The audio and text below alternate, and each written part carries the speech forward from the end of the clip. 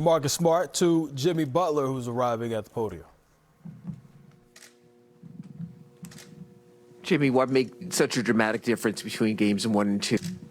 They made shots that they missed last game. That's just what it is. It's going to be hard to beat anybody when they shoot 50% from the field and 50% from the three. They were the more physical team overall, and they got one on the road. Jimmy, obviously in your playoff career, you've been through wins and losses of all kinds. A game like this, the guys, Gabe and Bam just said, it's one. How do you just move on from it? You toss out the tape, or or do you try to learn as much as you can from it before you move on to game 3? I mean, yeah, you do got to move on. I don't like to move on from this because it has to hurt. They tried to embarrass us. They did embarrass us. So I think we got to realize that, use it as fuel, whatever you want to say, but realize that the game can get out of hand whenever you're playing against a really good team like them that can score the ball and get stops. So overall, we just have to be better. We got a tough job to do to go over there and win. But if they did it, we can do it as well. Jimmy, obviously you're scoring in this series, but you're having to work really hard to get those numbers. As a team, what is not there for you guys right now offensively? I think I got to do a better job of getting everybody else involved, if I'm being brutally honest. I got to find that fine medium, that fine line in between when to be aggressive and when to make sure that I can get guys open. And, I got to basically do Kyle's job and make sure guys are in spots where they can be comfortable and be the most successful. That's on me. I don't think that's on Spo. I don't think that's on Bam. I think it's my job because I got the ball a lot of the times to make sure that everybody's comfortable and getting the shots that they need to have. Do you think you gotta? Because we've just been kind of saying that you've been doing both roles for most of the playoffs because Kyle's been out. Do you think you got away from that tonight? Yeah, I think I got a bit selfish on the offensive end.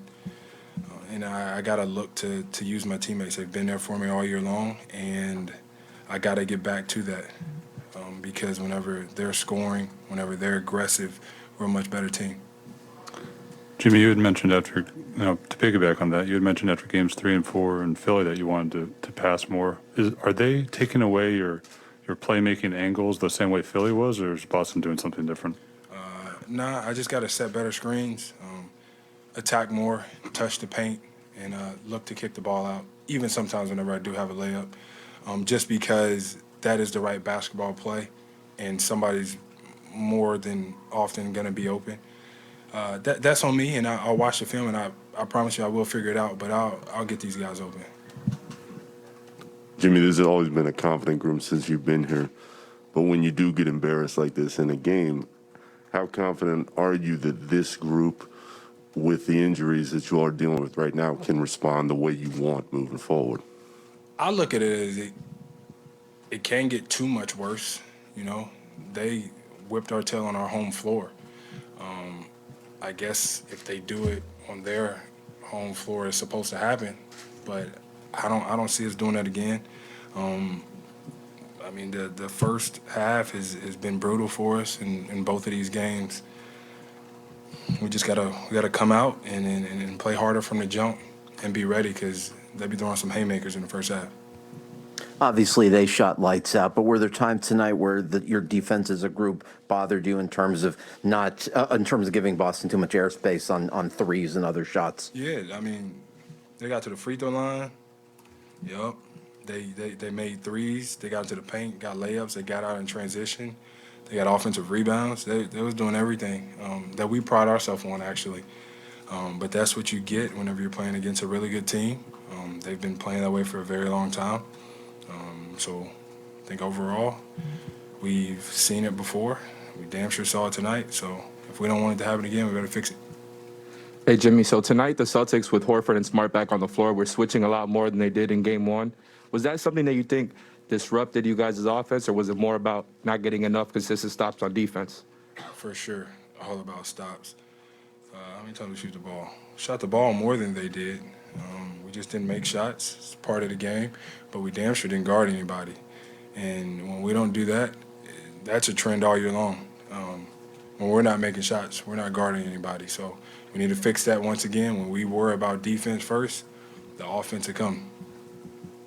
Jimmy, Marcus just spoke in the other room, and speaking is a sign of respect towards you. He called you a warrior, said he loves to play against you anytime he can. For him to come out after missing the first game with a bad foot and have the impact that he did, what does that say about him?